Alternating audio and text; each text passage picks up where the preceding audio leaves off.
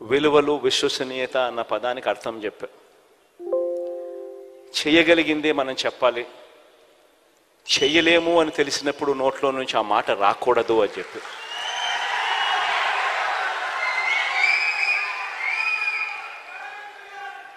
ఆ తర్వాత మనం చెప్పలేకపోయాం. చంద్రబాబు నాయుడుకు తోడు ఆయన దత్తపుత్రుడికి తోడు అప్పట్లో కేంద్రంలో కూడా మోడీ గారి గాలి కూడా వీస్తూ ఉన్నది. ఆయన కూడా వీళ్ళతో భాగస్వాముడైనాడు.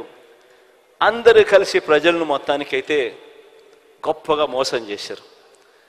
మోసం చేసి అధికారంలోకి వచ్చారు. వచ్చిన తర్వాత మేనిఫెస్టో అన్నది కనపడకుండా చెత్తబుట్టలోకి వెళ్ళిపోయింది.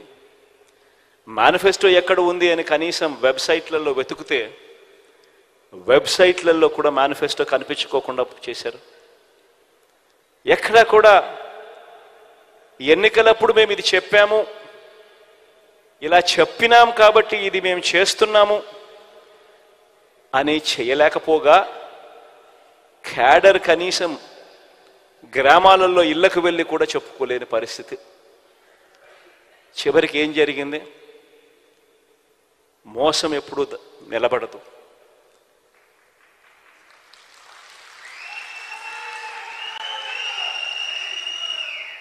చివరికి ప్రజలు ఎంత దారుణమైన తీర్పు ఇచ్చారు అని అంటే, చంద్రబాబు నాయుడు గారి పార్టీ తరపున ప్రజల్లోకి వెళ్ళి క్యాంపెయిన్ చేయడానికి చంద్రబాబు నాయుడు గారి క్యాడర్ కూడా గ్రామంలో ఉన్న ఇళ్లకు కూడా వెళ్ళలేని పరిస్థితిలోకి ఆ క్యాడర్ దిగజారిపోయింది.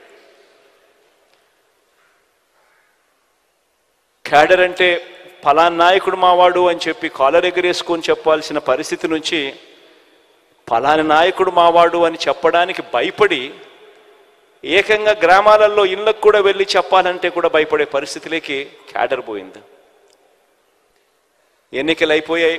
2019 మళ్ళా చంద్రబాబు నాయుడు గారిని నమ్మిన ప్రజలందరూ కూడా మోసపోయిన పరిస్థితిలో ఎన్నికలు జరిగాయి. 2019లో మళ్ళీ మేనిఫెస్టో అన్న అంశం మీద వచ్చింది. 2019లో మనం మేనిఫెస్టో తీసుకొచ్చాం. కేవలం 2 పేజీల మేనిఫెస్టో తీసుకొచ్చాం. 2 పేజీల మేనిఫెస్టో. ఎందుకనంటే ఆ మేనిఫెస్టో అనేది ప్రజలకు గుర్తుండాలి, మనకు గుర్తుండాలి. ఆ తర్వాత అధికారంలోకి వచ్చిన తర్వాత ఆ మేనిఫెస్టో మనం తీసుకొచ్చేటప్పుడు కూడా నేను నా పాదయాత్ర సందర్భంగా ఈ మేనిఫెస్టోకు సంబంధించిన అంశాల గురించి మాట్లాడుతూ ఉన్నప్పుడు కూడా మన పార్టీలో ఉన్న వాళ్ళు కూడా కొంతమంది నన్ను అడిగారు. నాకు ఈరోజు కూడా గుర్తుంటుంది ఎప్పుడైనా ఇటువంటి మాటలు అయితే. అప్పలనరసయ్య అయితే నాతో విజయనగరం జిల్లాకు పోయినప్పుడు, అప్పలనరసయ్య వచ్చినాడో లేదో నాకు తెలియదు, కానీ ఇక్కడ అప్పలనరసయ్య అన్న మాట నాకు గుర్తుంది. అన్నాడు, నాతోనే అన్నాడు, ఇవన్నీ సాధ్యమేనా అని. అప్పలనరసయ్యతో నేను అన్నా, ఇవన్నీ ఖచ్చితంగా చేసి తీరుతామన్నా అని చెప్పి.